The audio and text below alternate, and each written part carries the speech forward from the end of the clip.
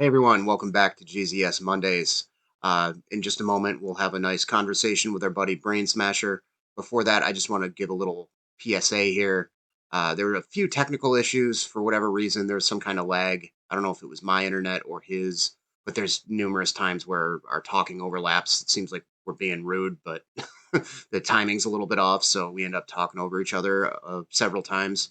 I edited most of that stuff out. It didn't really sacrifice too much of the conversation, but if it seems a little weird and a little jumpy, that's why. It's just enough of a second delay where it kind of made things weird a few times. And that, and I don't know what's up with the color balance on this. I just got a new camera. It seems to be working okay with OBS now, so that's good. This looks a lot better, but yeah, it looks weird and off. But what are you gonna do? Uh, okay, enjoy the conversation. Bye.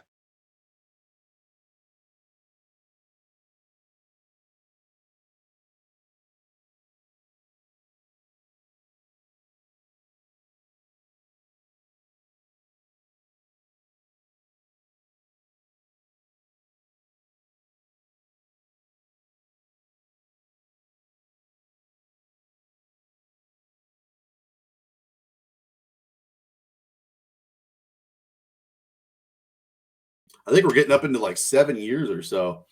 I think I am, and you've been at it for at least 6 months longer than me, if not more. Because my kid's about to turn 7, and he was crawling when I started my channel, so Right. somewhere in there. So yeah, and Ben's been at it for a while. He's good at it. He's got a Patreon. Sign up for that shit. Ben, how you doing? I had a day, but I'm doing really good. I've been really digging into getting back into making videos, getting my workflow going, enjoying my new PC, and things are happening. It's kind of weird. I'm gonna be doing a single review video for Heavy Metallurgy in another week or so. Going to be reviving the Invisible Oranges podcast with an episode with Vikotnik from Dothemsgard soon. Yeah. You must be just cranked out 4 videos over the last 4 days. I feel like the spring is around the corner and I'm going to be out there a lot more often. So I want to kind of have some things in the bag to disperse as I feel necessary or whatever. But yeah, my day was I woke up at 5 a.m. today because I wanted to go watch the sun come up, and there's a marsh nearby here where they have lots of birds migrating. And so we went out there and watched the sun come up and listened to like a million birds congregating out in the swamp. So that was fun. Having a little pregame discussion about running distros and stuff like that.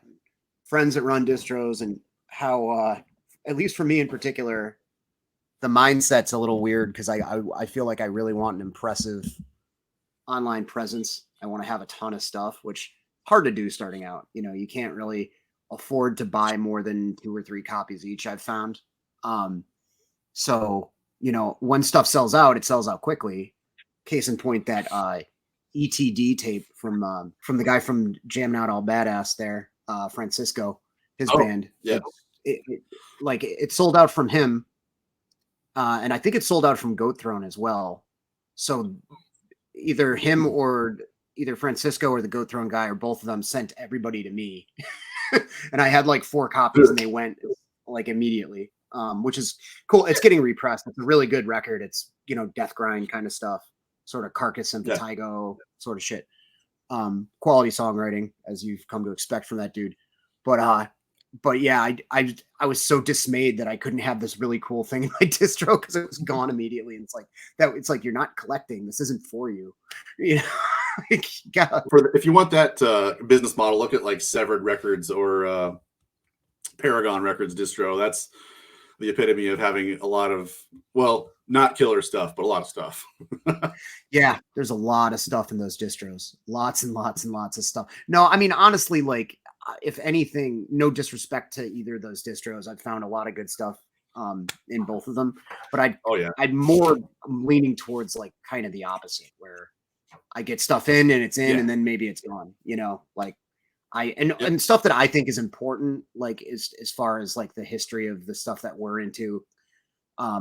Like I had 2 copies of English Dogs Forward into Battle, the reissue, and I think that's a great record. It's gone. Like Ebullition doesn't have any more copies. They might get more in at some point, but it's gone. I sold the 2 that I had, So Mm. yeah, some scarcity I think is actually good in the long run. It's just there's something in my like my brain stem, like my lizard brain, that's just like, hold on, possess, do not Oh yeah. clutch. I'm kind of starting up. I don't really know what to do. I'm starting up a label, and it's a long process, and I'm in the very beginning stages of it. It's just going to be called Brainsmasher, and our first release will be Moribund's Oracular Eyes. This is just a prototype copy. Yep. And I sent you a couple copies of it. So putting that together somehow. Europeans don't respond to emails, I'm learning. Fuckers. They will wait like a week and a half before responding to my email and go, "Oh, sorry, I was on holiday." And then respond once, and then another 2 weeks go by. And so I'm super eager and pumped about this. I've been wanting to do this for years now. And somebody I was doing the heavy metallurgy stream on like Christmas night or something. We were talking about albums that we would love to have, and I talked about this one. And somebody who was watching from Belgium messaged me and was like, "Hey, I've always wanted to do that too. Let's pal up and get a hold of these guys and get this going." And he did, and it's happening. And it's not happening quick enough for me, but I'm really stoked on that. I can also relate to the email thing because I have to email labels, and like it's always the waiting game with going to see if they're going to respond. And some of them too, it's like if you're messaging someone through their big cartel or their online store, it gets forwarded and it goes through a weird thing, and sometimes they don't see it.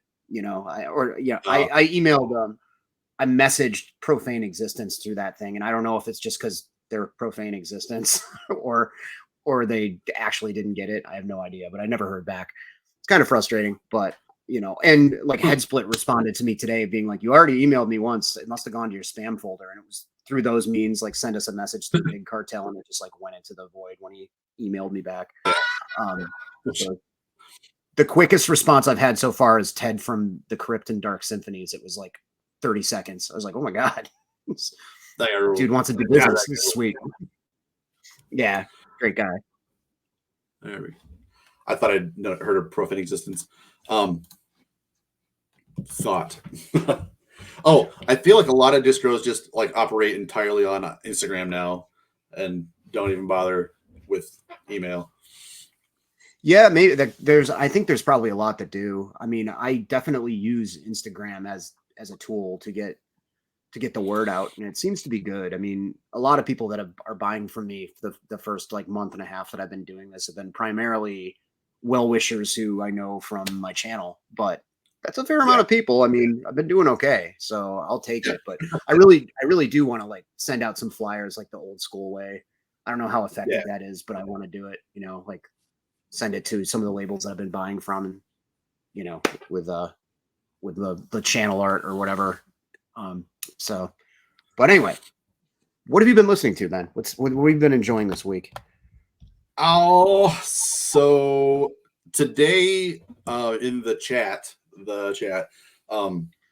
Aaron mentioned Sir Lord Baltimore, and it's just one of those names that are just like, wait a minute, I kind of know that. I remember that. Let's check it out. I've been working on a playlist that would fit into just well. So I wound up listening to some of that, and I have this kind of like old rock proto metal kind of thing that would probably overlap with a lot of Margosian stuff. Yep. I've been working on like Spotify playlists that are just like nitpick things that I want to listen to that aren't metal. I've had a lot of fun like putting together playlists this year. It's kind of pathetic, but it's a way to work around not having easy access to my whole collection and that isn't vinyl.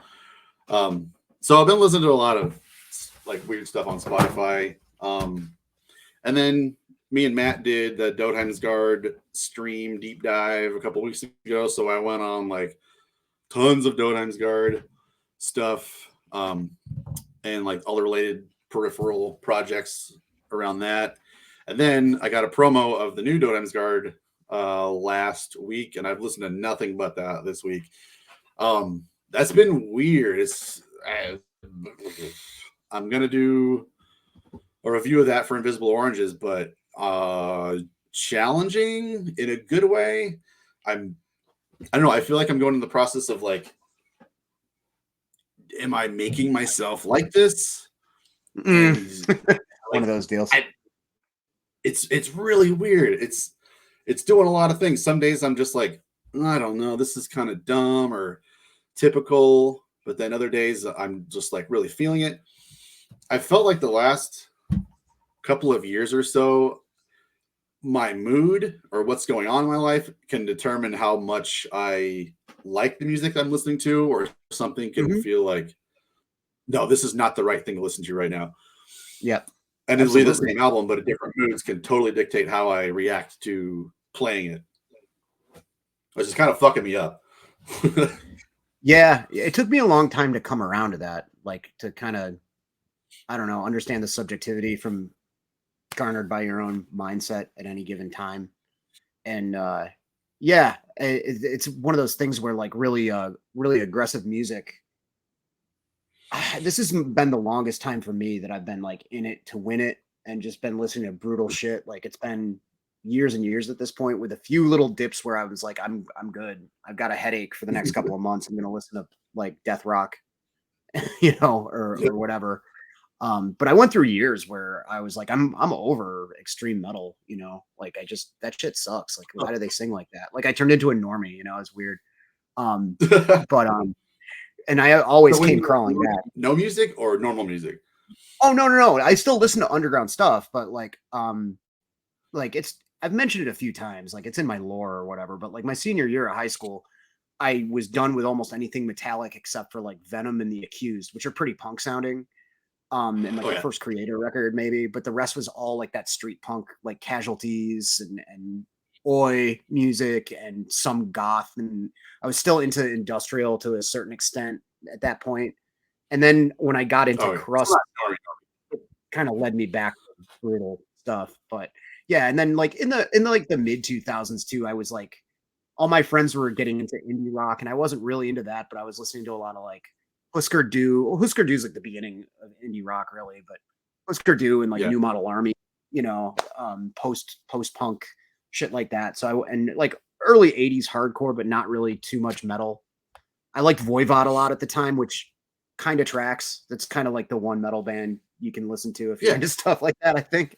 So yeah, I mean, one of my best friends wouldn't have considered himself a metalhead, but he's into early Voivod and early Carcass. Sure, what's there that didn't make, like, how do you listen to the first Carcass albums and go, wow, that's great, I'm good? Don't you just want to like dive all the way into that? Yeah, I mean, Reek I can see, because it's a really well composed record, but like Symphonies is I mean, I love it, but Symphonies is a fucking mess. Like just being like, yeah, it's chill. I listen to like chill beats to study to, and Death Grips, and like occasionally maybe some like Rollins Band and the first Carcass. Okay. He's into like Proto Martyr big time. He's into some kind of like, I'm not really sure what to even call it, heart heavy rock kind of stuff that's real drum heavy and kind of repetitive and hypnotic, I guess. Big Melvin's fan, which I'm not really, but I'm trying to start a band with him that's somewhere in between. So I'm hoping this year to be really productive with him in making whatever we wind up making. I just want it to be weird, really, and like get us out of the house and fuck around and make a lot of noise. But it's been weird. Like, I think he's getting into some metal because of my channel and he watches a lot of my videos. But I think a lot of my friends who watch my videos are like, I love watching you, dude. You know your shit, but I listen to the stuff you're talking about and I fucking hate it. All of it. Like, you don't need to waste your time. I'm sorry. Yeah, I mean, my family and like one of my cooler coworkers have like checked out my stuff, and coworker in question is actually into a lot of metal. So she was like, yeah, wow, you can tell you've been doing this for a while. And I'm like, oh, thanks. She's like, I think you're going to make it. I'm like, I don't know if I'm ever going to make any money off of this. I appreciate that. But there's a lot of people doing YouTubes out there, it's cool. Thank you for the sentiment. I appreciate someone believing in me. It's cool, but yeah, the same thing with my stepdad. I mean, he's really into music. He's an open-minded dude. He's like an old deadhead. And he just like, I don't know, I don't even know how they found my channel. I didn't really tell them about it, but he's like, oh wow, you really like at least sound like you know what you're talking about. I'm like, yep, I definitely sound like I know what I'm talking about. I was trying to think of what equates to making it in YouTube metal or just being a metalhead. I feel like just staying alive is making it in what we're Pretty doing. much.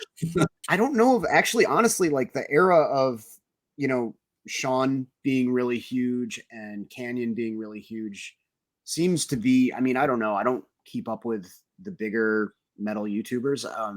But I don't know if there's really anybody out there that's doing like a self-sustaining living off of it kind of thing with, I mean, Fantano's obviously with music, like, the top of the heap, but I don't know. I don't have my finger on the pulse of like record collector YouTube either. So I could be completely I feel like I run across some channels every once in a while where I'm like, how do I not know about this? This isn't great, but this is somebody with like hundreds of thousands of followers talking about metal a lot. And I've never heard of this. Like, how have I not like crossed paths or heard anybody talk about this? And it's just like, it's out there in some other sphere that we aren't even touching. Yeah. And I try to figure out ways to like pull people from that world, like with titles or like meta tags and put those words in my stuff, and maybe it works. I don't know. I don't know what works anymore. I'm just doing what I'm doing. Yeah, I try making like ridiculous thumbnails and the tags and stuff, and sometimes it's good, sometimes it's not. At this point, I feel like the algorithm, like if the algorithm is like the sentient entity that I don't think it is, by the way, but if it were, I think it would be like, we know what Pat's deal is. Pat's all set where he is. It's fine. Like, which is fine. All the people who are going to watch us are already watching us. Pretty much. I mean, that's totally cool. Like I started the channel to have like a conversation, so I get to do that. But I don't know if you knew this, but Bandcamp finally has the playlist option. I'm very excited. It's weird. Amanda had it for like a week before it showed up on my app, and I don't know why, because we have the same phone. Well, I thought this was like a year ago or something. No, let's see, how many albums do I fucking have on here? My 526 albums. I've probably listened to like 75% of them. I've listened to pretty much all the stuff that I have on Bandcamp, I think. There are a few things on there where I was like, yeah, sure. I'll support that band and buy that for $5 and maybe didn't listen to the whole thing. But a lot of the stuff I purchase, I buy on physical, and it's just nice to have a digital copy of it. So yeah, with my Wi-Fi and data constraints over the last couple of years, it's been like I have no reason to even buy stuff on Bandcamp, but I'm back to using it more. And I wanted to get out of physical media somewhat a couple of years ago, so it was a good way to do that. But like I can't remember if I talked about it in my year-end video. It's kind of like, okay, this year, no new bands, no new music. I'm saying that knowing that I'm actually wanted to talk to you about that. Because like I went down to my basement and I thumbed through my CDs looking for something. I'm just like, fuck, I miss every single one of these fucking albums, and I haven't pulled them out in years. So I'm done with new bands. I'm saying that knowing that I'm only partially lying, but as long as I can hold it out, no new bands. So no new bands, but not new releases by bands you are already familiar with. I mean, yeah. So the new Totem Scarred, of course, I'm gonna review that, take that on and stuff. I'm just gonna be really careful about what I'm getting into because I want to occupy my listening time with stuff that I already love. Like, yeah, I hear that. Over the last 2 years, like, okay, I love Asphyx. I haven't listened to The Rack in probably 4 years. Mm-hmm. It's fucked up. I hear it. Right? I've listened to a ton of garbage black metal, but not The Rack. What's wrong with me? Yeah, there's a ton of things that I think of over time where I'm like, fuck, I haven't listened to that in forever. Fuck, I haven't listened to that in forever. Damn, I should be more familiar with that. Like, that's a classic, and I only discovered it 8 years ago, and I think I listened to it 2 times that when I got it. Like those Unholy records, that Finnish band. Like, I bought those because I knew that was like a semi-obscure, pretty important singular doom death band that was really weird and really cool. I bought those CDs. I was on one of my first collection updates, I think. So like almost 7 years ago.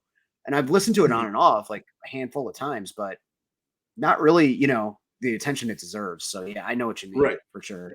Not as much as you intended to when you first like heard it and bought it and were like excited. Yeah, exactly. I will say though, that being said, I've only listened to one of these.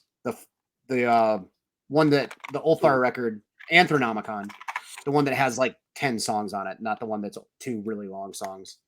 I bought them both. I've got them both in the distro, but this is probably their best yet. It's really good. Really? Okay. I didn't buy the last one, but I loved the one before that, the debut. I will probably pick those up. Yeah. Yeah. Majesty. Have you heard that? No.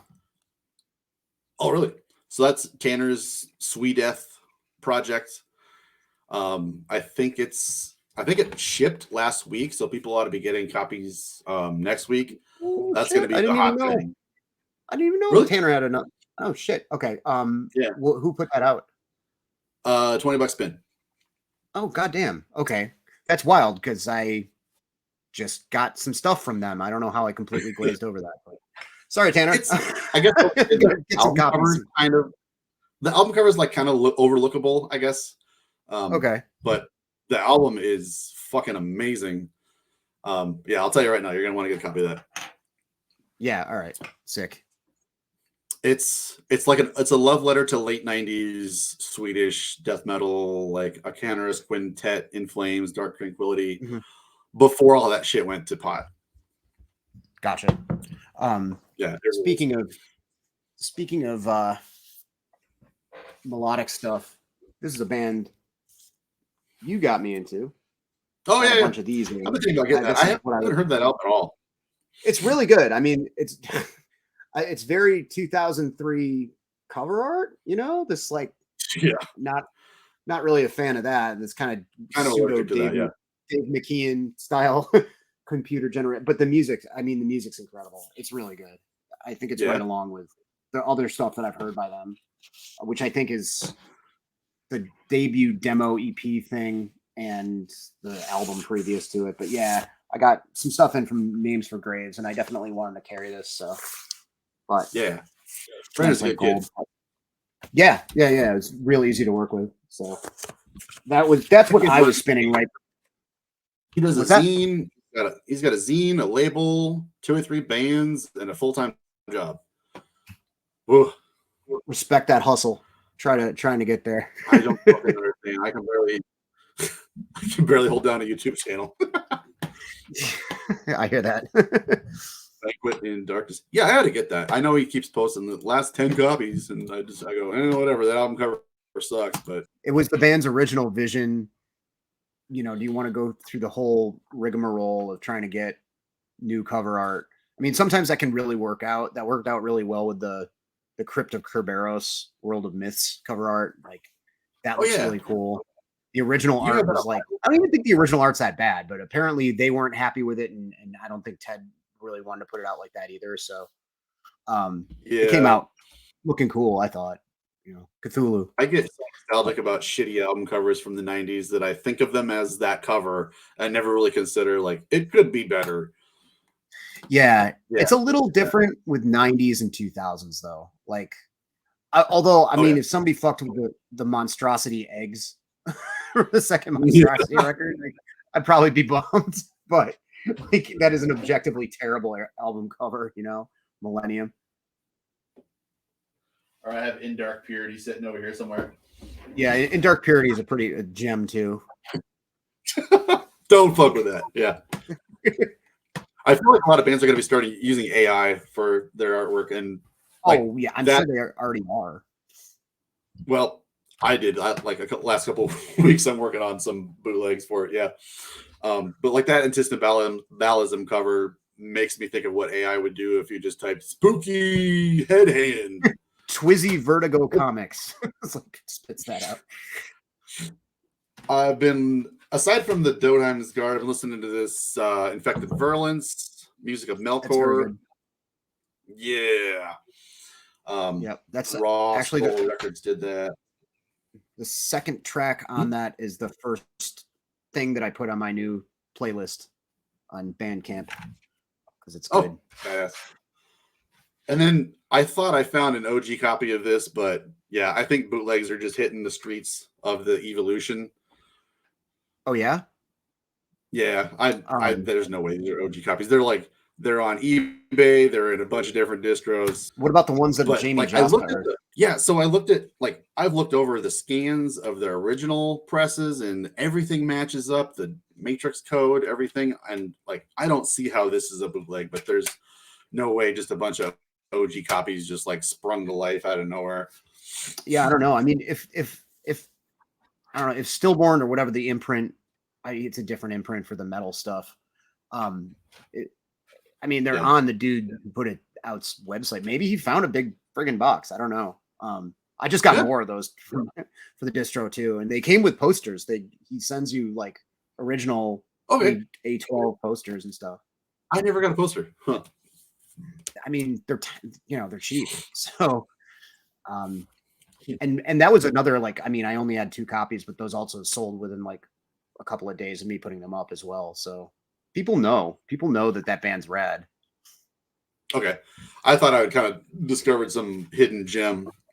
I hope people get on this fucking Funeral Nation because I've been on the nuts about this. Yeah, that record is great.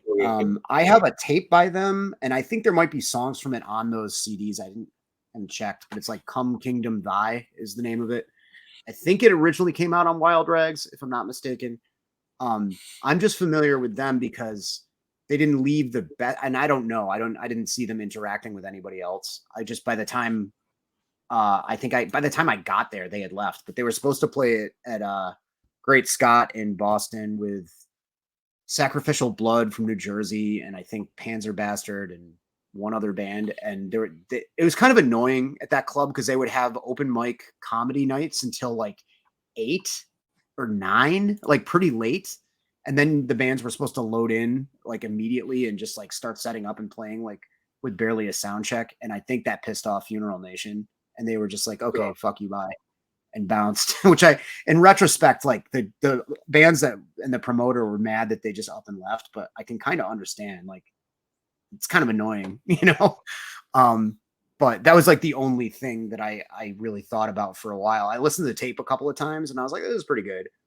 But then I spun that 2-disc compilation or whatever on Bandcamp and bought myself a copy. And that's another like in the back of my mental Rolodex. I should hit them up to get some of their stuff too, because that shit's great. Yeah. It's great. It's that Chicago shit, man. It's like Master and Scepter and all that stuff. It's just like bulldozing, meat-headed, Slayer worshipping, gauntlet fucking shit. It's great. Yeah, and that's kind of my shit.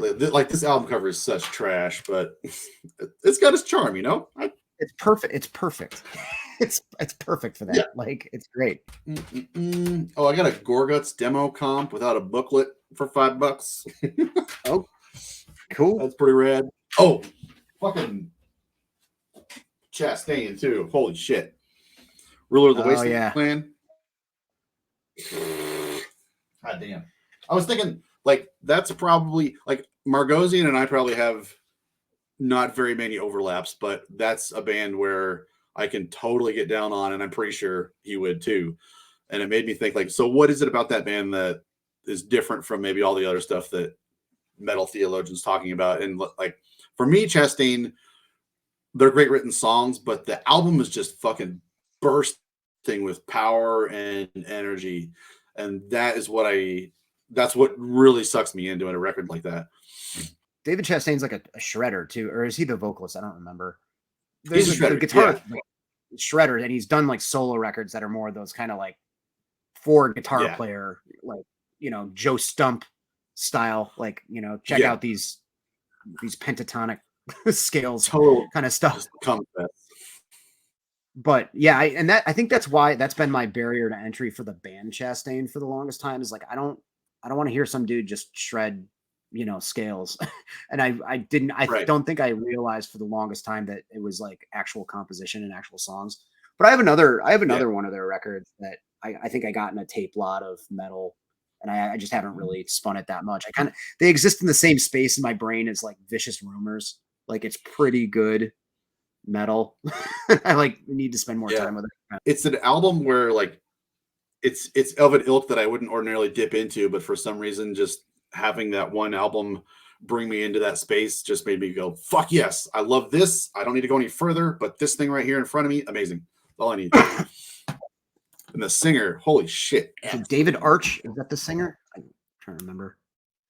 No, her name is Leather. Okay, not even close. Because there's I was thinking of Leather. the band Arch, David Arch. I don't know. Leather Leon. Okay. Leather Leon. So she's still in the band, which is crazy. Active since 80. Did they ever have a male singer? I must be completely fucking just. No, not same. really. Well, okay, let me look at the first album. Nope, same singer the whole time, 30 years. Let me see which one I have. Well, Ruler of the Wasteland is heavy metal. Power. Yeah, I have I have the 7th of Never on cassette. All right. I used to I'm have not that sure in where. So that's the album right after this. Yeah, Leather Leon. And yeah, it's got Okay. Leather Leon on it. Oh, recorded in Cincinnati. It's one of those things where you hear of a band that's named after the guitar player's last name, and you're like, all right, yeah, this is probably boring. I think Arch and David Arch is another similar kind of deal, and I think that's why I got them twisted in my brain. Trying to think now other bands that are named after the guitar player's last name. That'll occupy my brain all tomorrow. Oh, okay. The metal band Arch is from Norway. Yeah, nobody named Arch is in the band, so I'm just completely. There's a David Arch. There's a David Arch that's a piano player that has nothing to do with metal. So, just that's just dead brain cells. That's it. That's all that is. I must just know the band Arch then. That's the way. Yeah, it's one of those areas like I don't care. I don't know what I'm missing. Maybe someday it'll happen. Yeah. I canceled my Spotify like 2 or 3 years ago, and I've been trying to stick with my own pathological kind of thing is support bands through Bandcamp. Everything else, I mean, if I really like the vinyl, I'll download it and put it on my phone one way or another. All my CDs I rip and put into a Dropbox and stream directly from it. But I kind of miss the fluidity of Spotify and how easy it is. And also the recommendations. Like YouTube Music has something similar, but their algorithm game isn't as strong with that kind of shit. And their recommendations are pretty limited. And it is annoying just using YouTube Music at work, like just playing non-abrasive stuff so I don't bum out my coworkers. And like I usually play like a lot of like new wave and like The Cure and shit like that. And whenever it is done with the album or the song or two that I'm listening to and it goes into the automatic radio thing, it plays the same like 3 songs. And it drives me crazy. Like I never thought I'd be sick of hearing Firewoman by The Cult, but I'm really, really sick of hearing Firewoman. Can't like you a lot. not anymore?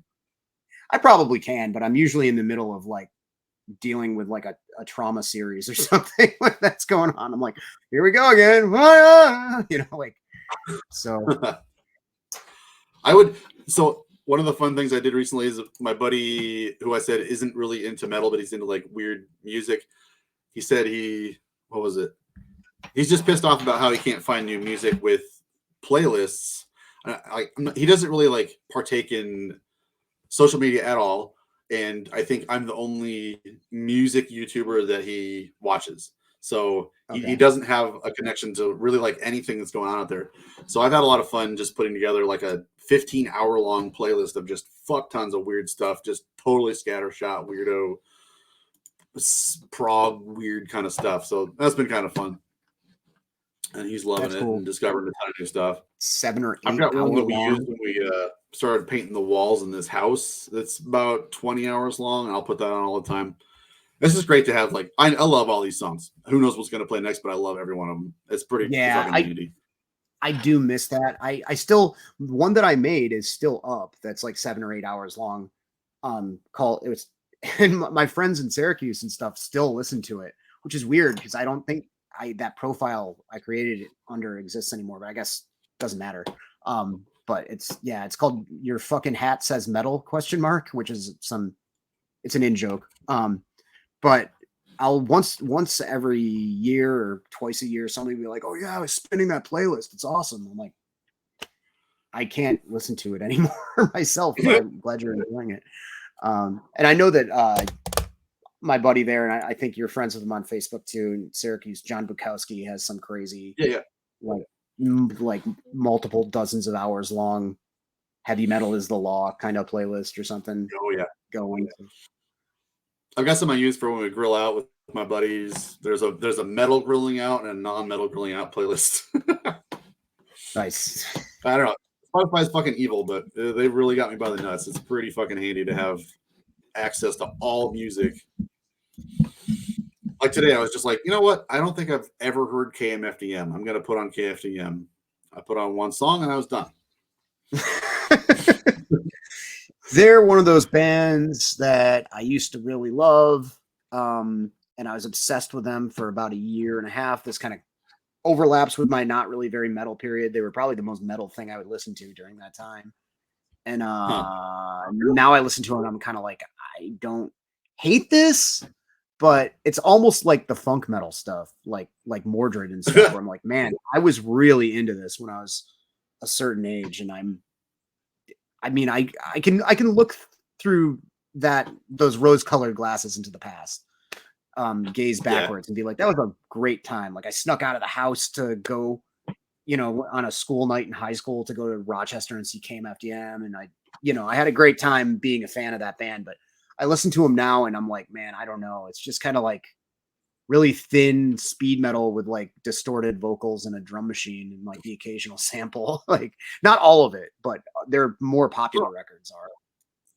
Okay, I must have listened to something wrong because to me, it just listened to it sounded like just boring techno. Should I start at the beginning or something? No, because they're one of those bands like Ministry where like they got harder as time went on. Like early Ministry with sympathies like synth pop, and no, I mean, like, I'm trying to think. Nihil is the one that's more metallic.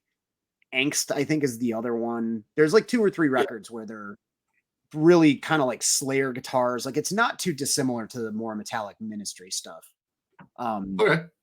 It's fun, you know what I mean? But it's just like a lot of that stuff just doesn't do it for me like it used to. Skinny Puppy is pretty much it, and some Ministry. Yeah. And then there's a few newer band like the Black Magnet Band and stuff like that.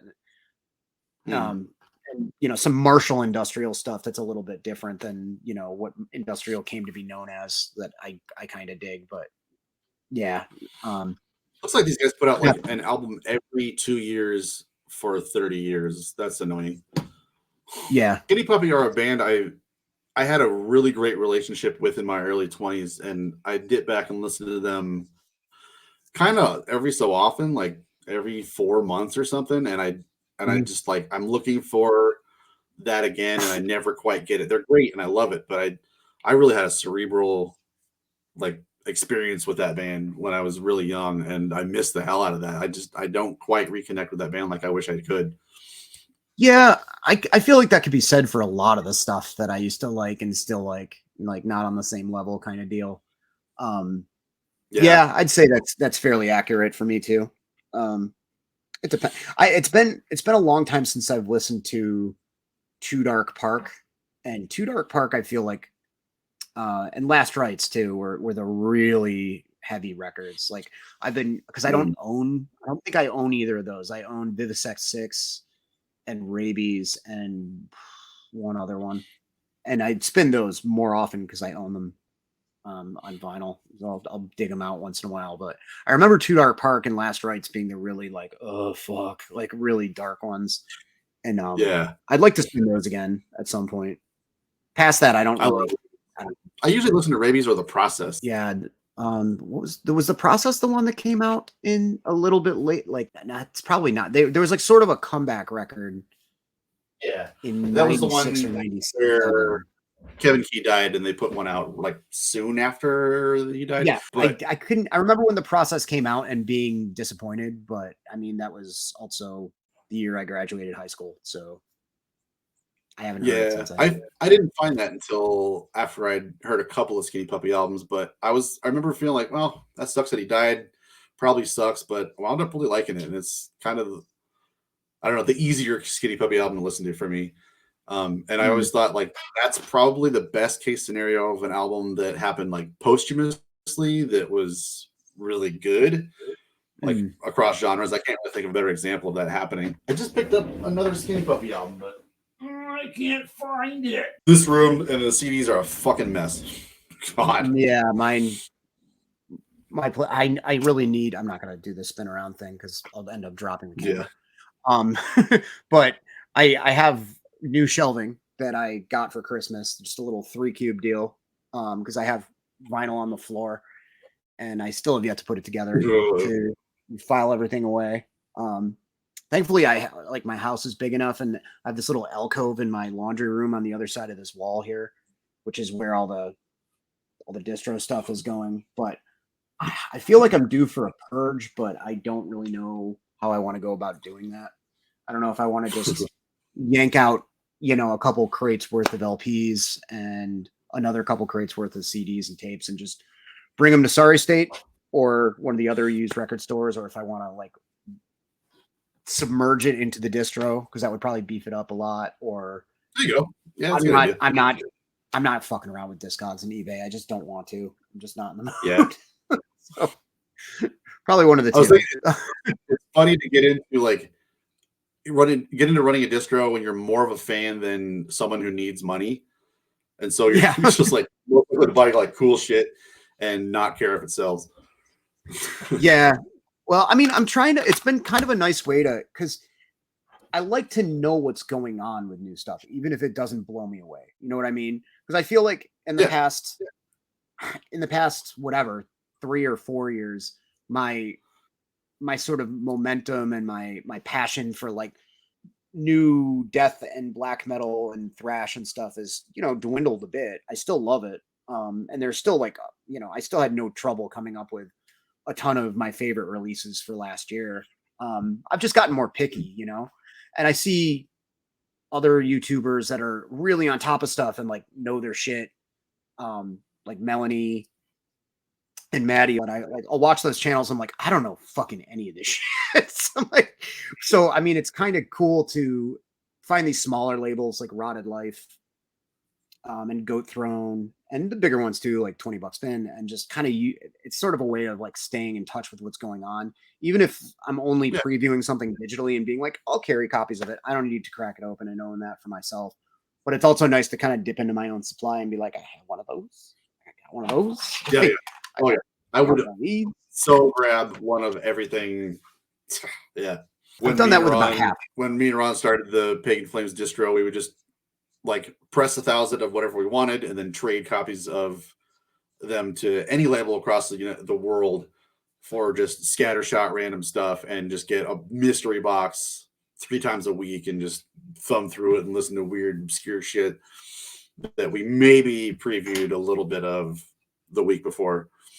And that's the way that he wound up driving that distro into the ground, but it was kind of a lot of fun. I still need to go. I mean, it's so massive because I was looking through it, and I was like, there's some stuff I'd like to carry, like to, take off his hands. I'm like, there's like 25, 30 pages of stuff to go through here. I'm like, I gotta take a little time and wait till I have a slow night at work or something. Like, yeah. I mean, I'll go to his house and just sit there and I can play anything. And I still have a hard time. I mean, he'll give me anything. And I just still like, I don't know. Yeah. That's the thing that's tough about music these days. and extreme metal in particular. Extreme metal has always had a lot of music to it. Like going back to the late 90s, you would look at it in any catalog and even then, I feel like you'd be like, what is all this shit? I always had an easier time with punk and hardcore because it's just less people involved in making it. And there's just less stuff. Even so though, nowadays with any genre you're talking about, it's just easier to record. You know, I mean, somehow people are still pressing tons of records, even though there's a shortage and all that kind of shit. And it's just like, it's so hard to pick, you know, the things that are really going to stay with you. And I do like digging through bigger distros, your Paragons and stuff, and finding those diamonds in the rough. And I know you do too, like finding those, like those 90s bands and even 2000s stuff that's like, and I kind of want to go through and maybe make it a regular segment. I've been toying with the idea for a while now on my channel of like into the vaults or something corny like that, and just digging out like just random shit. Like there's that Gouge record that came out, I don't know, 7 or 8 years ago, and it's fucking perfect, like grindy HM2, sort of Repulsion, sort of Swedish death metal stuff. I can't remember who put it out, but I think it was somebody like Dark Descent or, you know, one of those labels. And it's great, but I want to go in and talk about stuff like that. That's just because how many hundreds of death metal records have come out in the past 10 years, like every year. Yeah. That Dark Descent is putting out like great stuff and too much of it. And I don't know how I'm supposed to deal with that. Like, I think as metalheads, like we get into everything as much as possible, right? We can't take anything lightly. So if it's Dark Descent putting out killer stuff, we want all of it. And we can't say no to any of it. But like, I can't fucking live a sustainable life like that anymore. Well, I mean, I guess it doesn't hurt for me that like Dark Descent usually does a handful of records that I'm really impressed by. I'm always impressed by, you know, the work they do and the production on their stuff and how good their stuff looks and everything. But as far as my own personal tastes go, anything that's like really like dissonant and echoey and to use a Marty Wormism, polluted sounding and like, you know, that kind of meandering kind of doomy death metal or black death metal, like it's just not my thing. It really never was that much, but there's very few bands that I like that sound like that. Like Swallowed was kind of it for me. Yep. So like that kind of makes me all set with like a lot of their stuff. Some of their stuff, you know, isn't like that, but there's certain labels like their subsidiary Unspeakable Acts where I'm like, oh, really basic, fast death metal and brutal thrash metal. I will buy everything you do. Because they only, I mean, thankfully that guy, well, you know, it's a quality, not quantity deal with that dude. He usually does like 8 albums a year, it feels like, or something around those lines tops. And every single record he puts out, I pretty much dig. So that's kind of good. I can't even handle that with I have so many labels that I just follow and buy half of their stuff. I can't keep up with. Yeah, I know. Well, that's why at a certain point you just kind of have to go back to digital. And if something has gotten spin after spin after spin, then yeah, you know, grab the physical. What's been going on with you outside of music though? Outside of music, trying to figure out some work stuff. So things are still pretty good in terms of like my life, really. You know, I'm healthy. Money's okay, but we had to get our roof replaced. So, and there's nothing in the insurance, like it's not like any kind of, you know, act of God kind of thing or anything that like insurance can really help with. So it's going to be something we'll be paying off for some time. So that means that I'm going to have to work a little bit more, which was like, I mean, I was kind of living real nice for this first year. I was working scheduled 2 days a week and then usually picking up a couple of extra days a month. And it's cheaper to live down here. So that was my half of the mortgage and it was good. Wow. So now, I mean, I'm going to be scheduled like one more day. I mean, the 2 days I worked were 12s, you know, so it wasn't like that, but some weeks I would pick up like a bunch of days and some weeks I wouldn't pick up either. It was like kind of nice and flexible, but now I'm going to have to do something with a little bit more stability, which is fine. Not too much else, you know, like anything else that I really want to talk about. Like my dad's been sick and that situation sucks. So I'm just leave it at that. But I think I got a question. Why was it medical field, people work 12s. Not every everybody single does. People kind of prefer to. It is kind of nice to like bang out 3 days, and some places will pay. Places will pay 40 for 36, which is pretty nice. Yeah. Yeah. I just like to only have to be there, 3 days a week as opposed to 5, even if it's kind of exhausting. I mean, I've been a guy that works nights for quite some time. Mm. And I do kind of prefer it just because you tend to get your ass kicked a little bit less and management isn't around and there seems to be less drama. Oh yeah. So that's nice. So I'll work. My schedule is like 3 p.m. until 3 a.m., which is I at least get to sleep some of the night that way. And I'm going to be doing Sundays now from like 11 or 10:30 till 7, I think, or 10 to 6:30 is what I'm going to be doing. So, I mean, it's kind of nice. Like I still have a lot of the week wide open. Because Amanda works her butt off, and she works from home, but she works her butt off. So like to be around for the childcare stuff a little bit more, it's kind of preferential that I kind of keep the week open. And also there's a whole situation with my dad being sick and me like needing to at some point to, probably more than once to like hop on over to South Carolina as quickly as possible. So that's another thing that might happen. I'm glad you're close to home at least. Yeah, me too. But we're trying to make, despite everything, we're carefully trying to plan out like some vacation time. Like Amanda, like I've mentioned, we're all going to her nephew's high school graduation in Ohio, like the Southern Ohio area. And we both have tickets to that Panopticon show. So yeah, that should be cool. I just remember that we're gonna be at it. Yeah. So that should be cool. Amanda at the last minute was like, oh, crap, I think his graduation party is the same day as that gig. I'm like, that sucks. Can I still go? And she's like, yeah, I might not be able to go though. I'm like, oh, that sucks. But we'll see. I'm not 100% on that yet. So, and there's a bunch of other shows coming up here that like I'm looking forward to. There's Carcass is coming, and then like 3 days later, Obituary is coming to Charlotte, and then also in May is that Carolina Chainsaw Massacre Fest thing. Oh yeah. So I'm looking forward to that.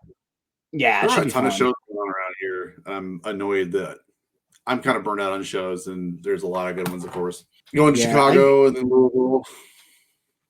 Is going to Chicago like a huge pain in the butt? Is it like going to New York? Like for people that live on the East I've never Coast? been to New York. I don't know. I've always wondered. I'm sure people could answer this, but I hated Chicago for a long time, and then I just kind of decided I need to get good at Chicago, so I'll figure this out. So I got the there's a thing you can buy to pay for the tollway kind of deals. You just put it on the front of your car and you prepay it, and you just blast through. That was a big help because it's just so much quicker. So that was a huge help, and just kind of figuring out how to do an Airbnb was super helpful because I would just drive 3 hours out of fucking Chicago to find an affordable hotel just to go to a show, and that wasn't feasible. So I've gotten to like Chicago quite a bit more, and now that me and my girlfriend have gone there to do fun stuff over the last couple of years, I've gotten to like it a lot more. So it's not a chore. I look forward to it. It's just a 3-hour drive twice in one day is not awesome. Yeah. But I live closer to there now than I did a couple years ago. The chore about that, though, is going to be that I'm going to see like one band at a fest that has 35 bands on a day that has 10 bands. That's not looking forward to that. That's a lot. Yeah. I mean, I hope you really like that band. I mean, I would think you must like them a lot. It's going to be Vedwan Zenda. I might ask them if they want to do an interview, but I don't know. I don't want to see 10 bands. That's the bottom line. Burned out on that kind of shit. Fest is it that shit, what's the name of it? The fest there. Metal Threat Fest. Oh, okay, yeah. It is stacked fucking lineup, and some of the bands are fucking amazing pulls, but I can't handle that kind of intensity. Too old. Yeah, like I I'm getting to the age where I'm like a little bit, I think a little bit too old for fest. We went to that black metal, death metal fest here in Raleigh, that Medium Well in Hell, and that was nice because it was just an all dayer. It was only one day, if I think, and it was very cool inside. It was like a nice, spacious venue that had a lot of places to sit for us older folks. They had food, like that, you know, it was a barbecue themed deal, which was cool. And they Oh had yeah. vendors, like it was a nice atmosphere. It wasn't too long, you know. Um, and I feel like the Chainsaw Fest is kind of the same deal. I think there's only 6 bands each day or somewheres around that. It's nothing too crazy. I mean, I had a lot of fun at fests in the past, but part of it was just kind of hanging out and not really a lot of it was watching. I mean, it was kind of the Yeah. bands were kind of a cool backdrop for catching up with people, Oh, at for least when I sure. used to go to Always big, Chaos and Chaos and getting stuff. drunk. This is 2 stages: Thursday, Friday, Saturday, and Sunday, and like 8 bands on each stage. Anyway, I shouldn't complain. It's awesome, but I can't do it.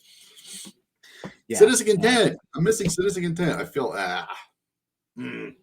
that's gonna hurt. Yeah, I wouldn't mind catching them for sure. Yeah, I had kind of a similar thing with New York where I was really just annoyed by it / intimidated by it early on, and then I uncracked that code of like the Airbnb thing, and most of the time I was just there was a Chinatown bus that went from Boston to New York, and it was easy. You would just take the subway to the bus, and I mean the bus ride was long, but you weren't driving. It's fine, air conditioned, you know, Yeah. like so.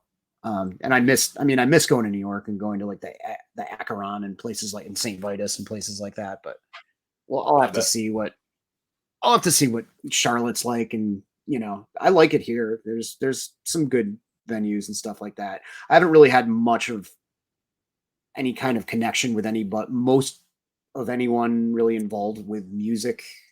Really, I mean, the one of the guys that works at Sorry State plays in a couple punk bands and stuff. Pretty friendly guy, and I met a few people. He introduced me to a few people at that flower show.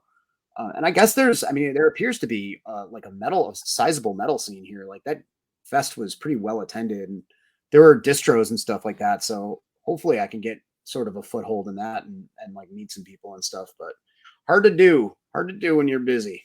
So Could you get your distro at a table at that fest? Too late. I probably could if I emailed somebody. I probably should. I kind of Yeah. I don't want to be tethered behind a distro though. I kind of want to just like walk around and everything. Maybe It's after kind of like nice though to have just like a place to sit and set your drink no matter what all day long. that's But yeah, true. you can't really go enjoy it. I like going up front and watching bands and stuff too. Yeah. That is not a bad idea, but I kind of want to maybe just bring a bunch of flyers with me or something and pass them out and just kind of try to be social, which I'm not antisocial IRL, but I'm also kind of like usually I need a beer or two before I want to talk to anybody I don't know. Yeah. Oh, yeah. So I'm pretty moody. It'll depend on how my mood is, but around here I don't really hang out with much of anybody.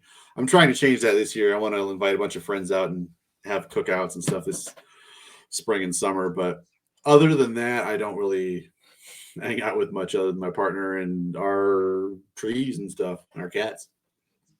yeah, I partied a ton, and I had a punk house where I had a ton of shows and parties for years, and I think I got that all in my system.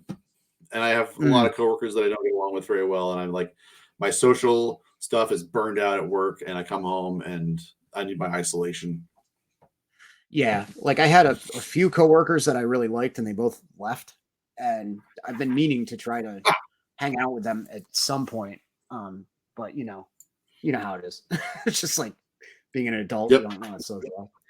And everybody else I work with is fine, but there's nobody I'm really like, hey, let's hang out after, even like hang out with people with similar like interests feels so awkward. Like there's been a couple of incidences of hanging out and meeting this was in New England and talking to these dudes who were like real, like intense, like borderline kind of sketchy black metal dudes that I only knew via a little bit on Facebook, and like talking to them a little bit and them being stern and being like critical eye on my music knowledge kind of discussions. And then like before I leave them being like, so do you want to like hang out sometime? Like a 13-year-old, would say it. Like being like really adorable. I'm just like, yeah, man, sure, but it never really happened, Oh. So what do you do? That was like records or like that kind of thing? Do my thing. I don't know. I'm hoping to get back into playing music this year. That's one of my goals. I would love to get back behind a microphone, but I don't know if I could. I don't know. Like my voice was pretty blown out for anything above like a certain level, like or below a certain level of gutturalness after a while. So I mean, just doing a regular hardcore band would be fun, I guess. But again, that requires me getting to know some people. Yeah, I have actually there's kind of a scene happening around here. There's some hardcore bands coming out of the woodworks, and I've kind of always thought that I would be a good yeller better than like a metal singer. And I've put that offer out there to a couple of friends saying, like, if you ever want somebody to be a big burly yeller for your hardcore, I'm pretty pissed off sometimes. So we could talk. So I'm kind of hoping that you'd make a good hardcore frontman for sure. And you've been dipping your toes in the unthinkable for Benjamin J. Smasher. Digging some HXC.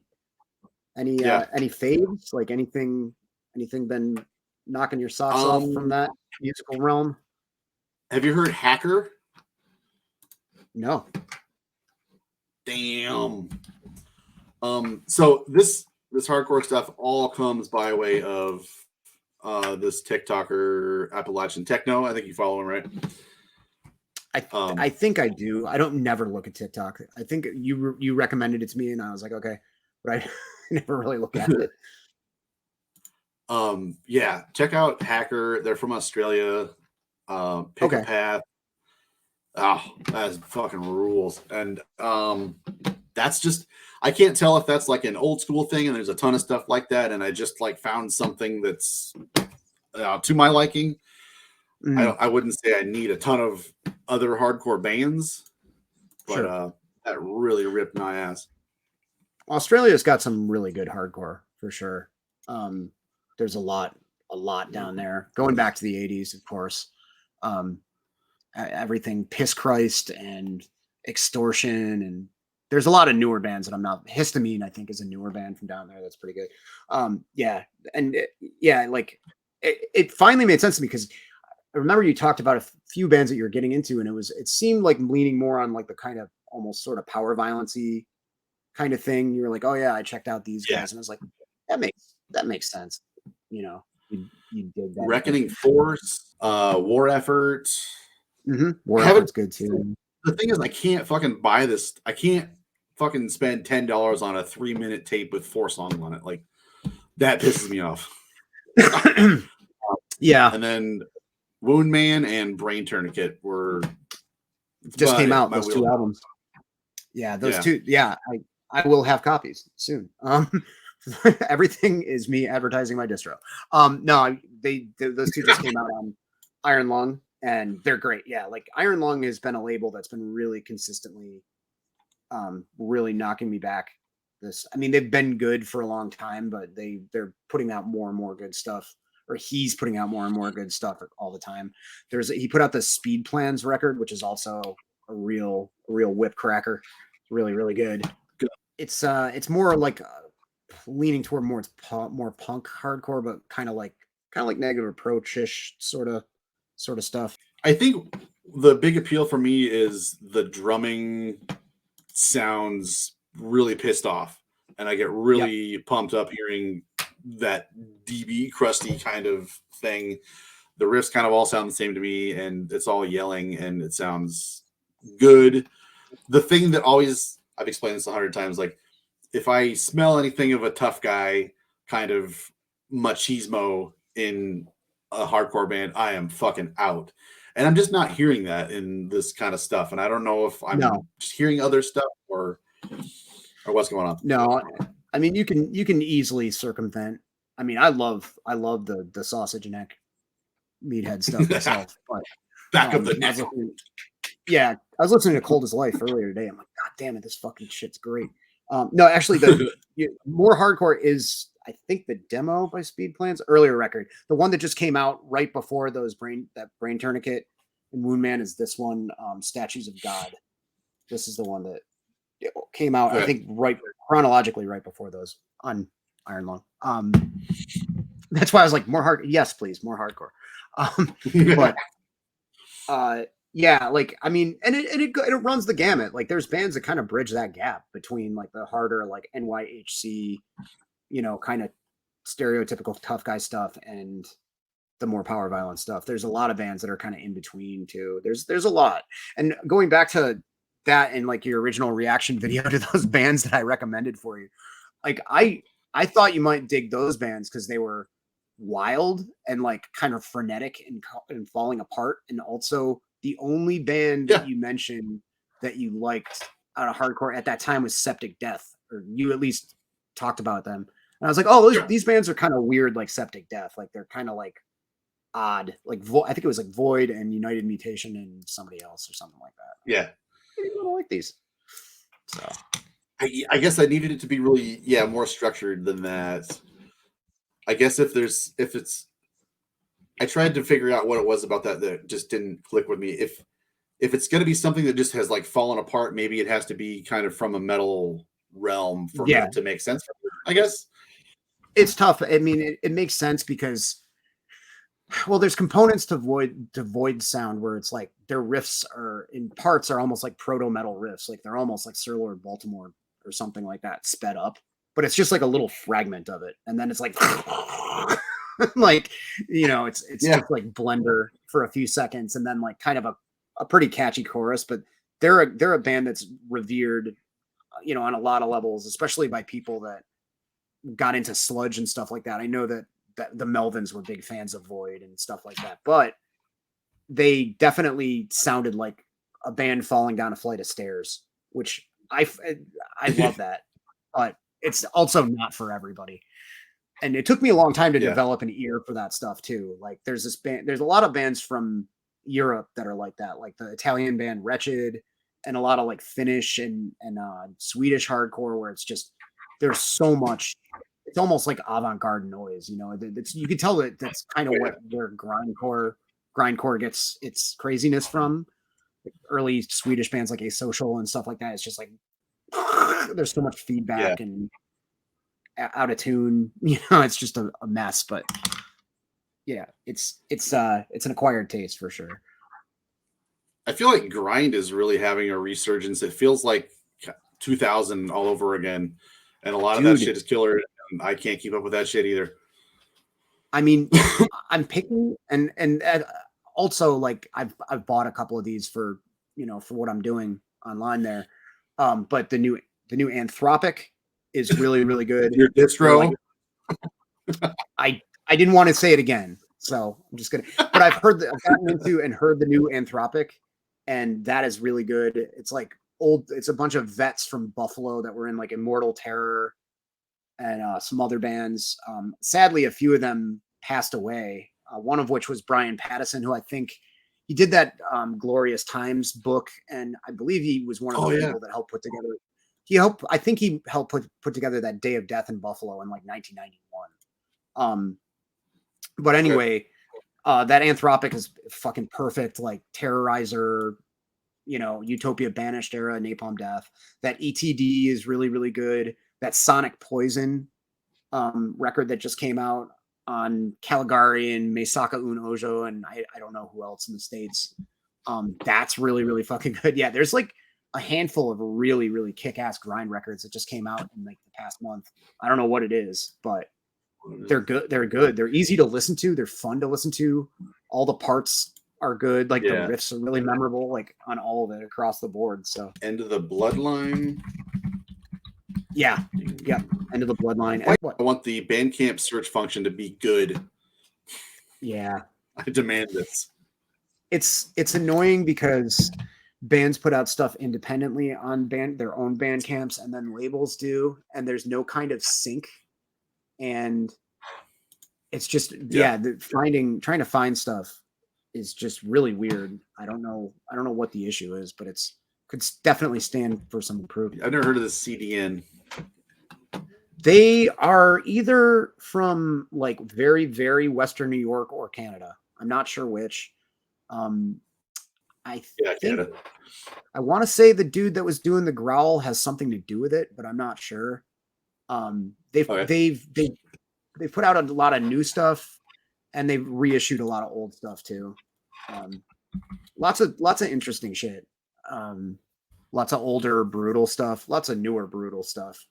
So not all of it's really totally my wheelhouse with the ultra brutal kind of death metal shit, but they've done a lot of good shit. Have you heard the singer from Sing with Sugarbug is in a band called Tomb Sentinel? No. That's some hardcore death metal hardcore. Oh, that was like one of my like falling for hardcore kind of moments. Holy shit. I'll send you a link to that. I think you'll love it. It's like beat down hardcore death metal. And I don't know if that's a trope that has any appeal to you, but yeah, it did it for me. Oh, yeah. Yeah, like CDN this is CDN and the Growl movie records, so not sure, if they're that's the guy that was going to put out that documentary about death metal. Yeah, right? I don't know whatever happened with that. I mean, I imagine COVID kind of threw a wrench in things. I'm not sure. Seems like a nice guy. I forgot all about that. He was doing like streams too, wasn't he? Yeah, he was like at the beginning of COVID and everything. But yeah, Grotesque Infection, like real early kind of gore grind stuff. They were from Buffalo. Members are in Anthropic now. Demo from like 92. It does. And so does the Immortal Terror, which is I think they shared members, or at least they were friends or something. Both bands have members that are in Anthropic now. So yeah, all of that shit's fucking great.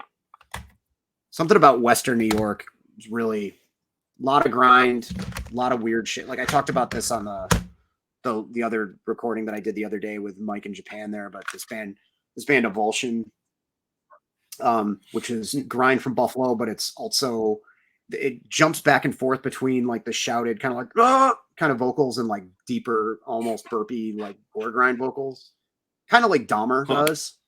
And it's kind of like weirdly jazzy and technical, just moments, a lot of it's just very straightforward too. And this band was around forever. And their original vocalist from this band was the original vocalist for Anthropic and isn't in the band anymore. But yeah, a lot of stuff out of Buffalo is just fucking wild like that. They have a ton of splits and stuff, and they were around from like I want to say 90, early mid 90s, 90, something like that. And the last thing they did was in I think the early 2000 teens or something like that. Okay, it's the split with Forced Expression. I just got a copy of that a couple of weeks ago. Yeah. Yep, there's songs from that on this. This is like an album with bonus tracks with demos and 7 inches and stuff. Okay. Well, yeah. So like, I'm avoiding new bands, but old bands that are new to me, all day.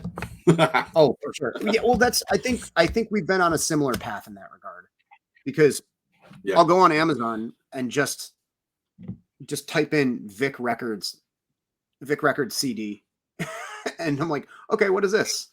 What reissue?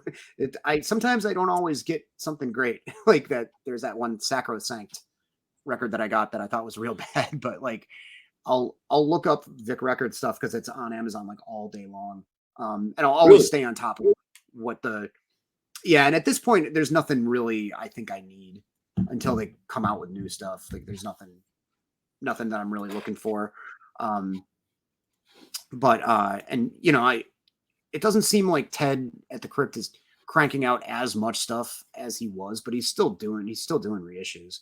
So I'll always have time to check out and support his shit. Do you have that Crypt of Kerberos LP in stock to talk about your distro again? Yes, I do. I just got a couple more copies in. I'm going to do that. Well, before you do, I'm ordering I from haven't. Ground Zero Salem on Ground Zero Salem. I'm going to be putting more stuff in, including that and including that intestine ballism probably tomorrow, just so you know. All right. Yeah, I'll hold up. Maybe even the Ulthar. Great. I'm breaking edge. Oh, and you've got Anthropic. Perfect. All the bands we've talked about tonight. Yeah, I really didn't intend for this to be like some weird like scam. Get you alone to spend money on my distro, but I mean it is a fun thing to talk Well, about you said that your Bloodstorm is never, really good.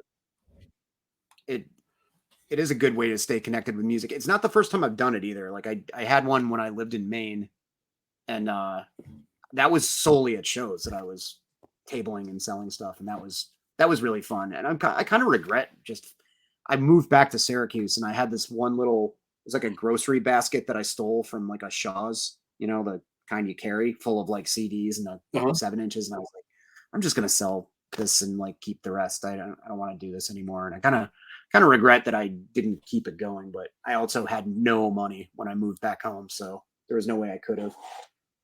Yeah. What's Cal funny from is Grim Tooth things will bring his music distro to shows, and he just pops open a suitcase and opens up a bag and pulls out some LPs. He's got a real mobile distro going. Nice. It's Well, pretty cute. and also like I haven't really tested the waters with that here so much because people tabling at shows in Boston got to be, I don't know if it was really an openly frowned upon thing or what, but like there was a few dudes that would sell stuff or occasionally somebody would just be like, I'm going to sell my collection at a show or whatever. And it just stopped becoming a thing. And I think a lot of people were discouraged. Like a lot of venues weren't letting people do it anymore.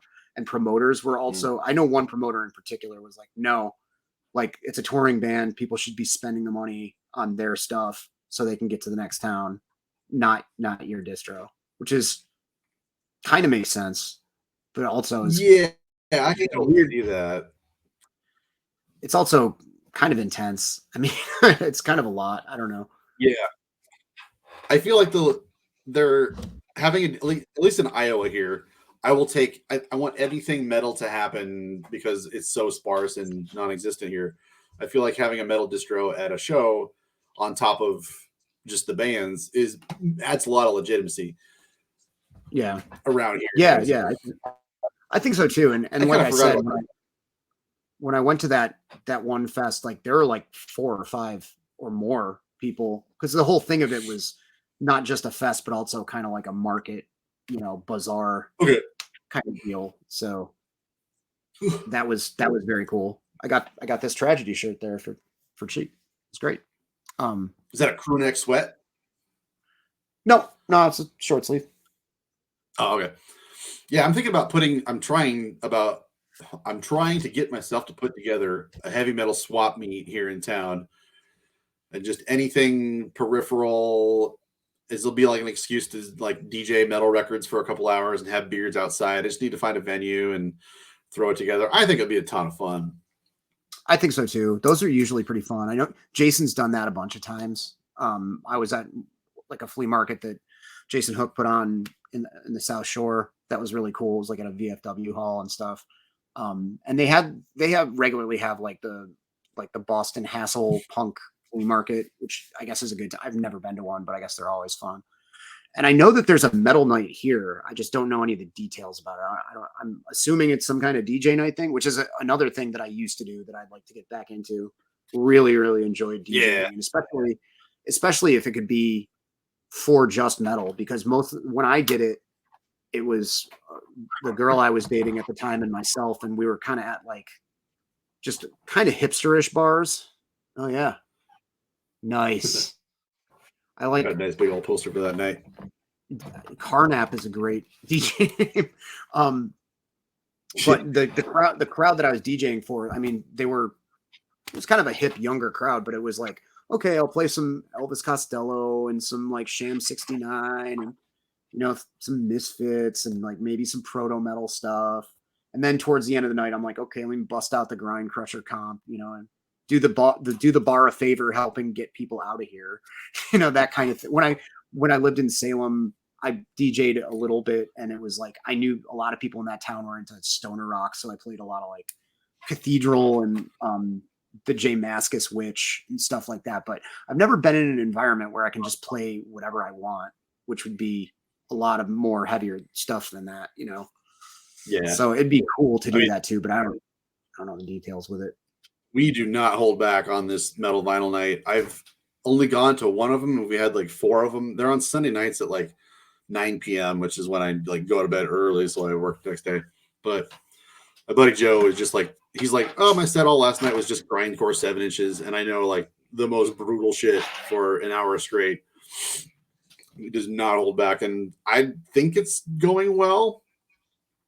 They're saying that I think attendance is going to pick up once the students are out of town. How was the attendance? Like, how many people came out for it and stuff? So I DJ'd on Halloween night, and I went first at like 8 p.m. Yeah, 8 p.m. And there were like 3 people there. Sounds about right. I had like a kid come in and listen to like 3 songs, and I put on Left Hand Path, and he was like, what was that? I hope he listened to Left Hand Path when he went home. I don't know. Oh, and there was I forgot, for a while there was a punk night regularly at this pretty famous, that's like everything cool in Boston, it's closed down now. This famous like gay bar in Boston called The Machine. Well, the upstairs was called the Ramrod Room, and downstairs is The Machine. And it was a place that you could tell was like huge and like really state of the art, probably sometime in the 90s. Like it had CRT TVs that were huge, massive, like lining the walls and stuff. And there's a huge DJ booth that you had to like go up steps into, and pretty decent sized dance floor, and their system sounded really good. And obviously, I was playing death metal and stuff at that, but I was playing a lot of punk too. And I had definitely had somebody ask me, what is this? And I'm like, it's the Exploited. What are you doing here? Never heard the Exploited. But it was kind of a weird song. But yeah, anyway, like that was fun. I did that a couple of times. Sadly, that didn't last more than maybe like, I don't know, a year. A year's pretty good actually for that town, but those were really fun. Was it like several DJs or just all you? Oh, it was different every time. This one guy, Tim Ghost, put it on. He sings for that band Sadist. Lives, I don't know where that dude lives now. He was in New York last I checked, but might have been Portland actually that he lives now. But he's a big mover and shaker and works pretty hard to put on shows and do his music stuff.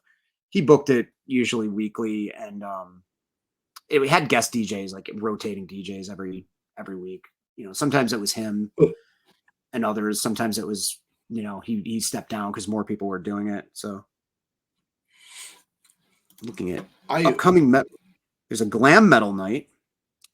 Pass on that. Ooh, metal night. One of those albums that I put out, Solar Cross. Did you like that band Human Bodies? Oh yeah, I liked Human Bodies. That was this dude Gabe from Boston. They were good. Yeah, I thought you were connected to those guys. Somebody in that band's solo project is Solar Cross, which is a great black metal album that came out last year. I was gonna hype you to that.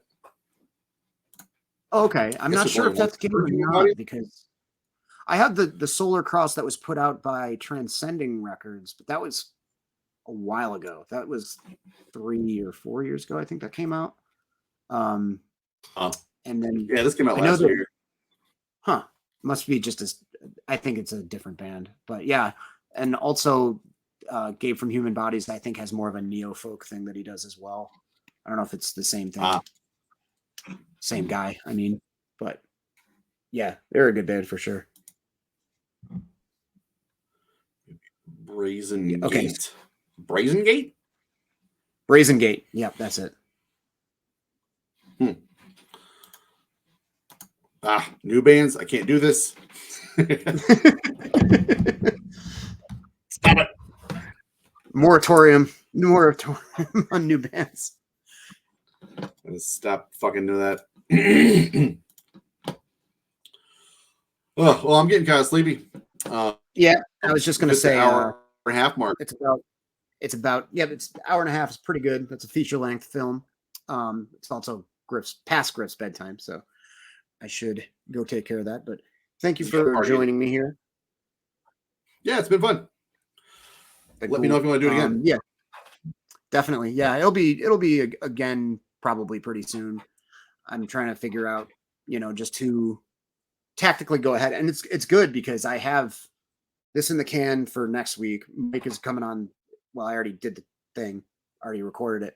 Mike is coming on tomorrow, and then after you, Mike Seatown. So, and then of course, Aaron's going to be in there at some point. I got to talk to him.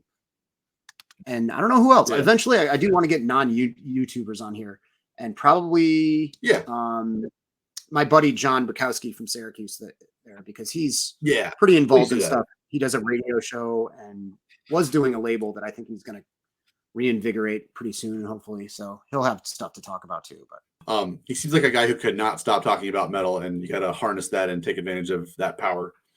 Oh, dude, yeah. I mean, he's been a friend for a very long time, and he's incredibly positive and incredibly into metal. A lot of other stuff too. That's kind of the nice thing, is that he's a massive metal fan and can talk at length about like a lot of stuff, but he's also like, oh, My Bloody Valentine and like weird angular 90s metallic hardcore and whatever, Strawberry Switchblade and trip hop and so yeah, good dude to talk to. All right, I will let you go. Cool. Take care, dude. All right, talk to you later. Peace out.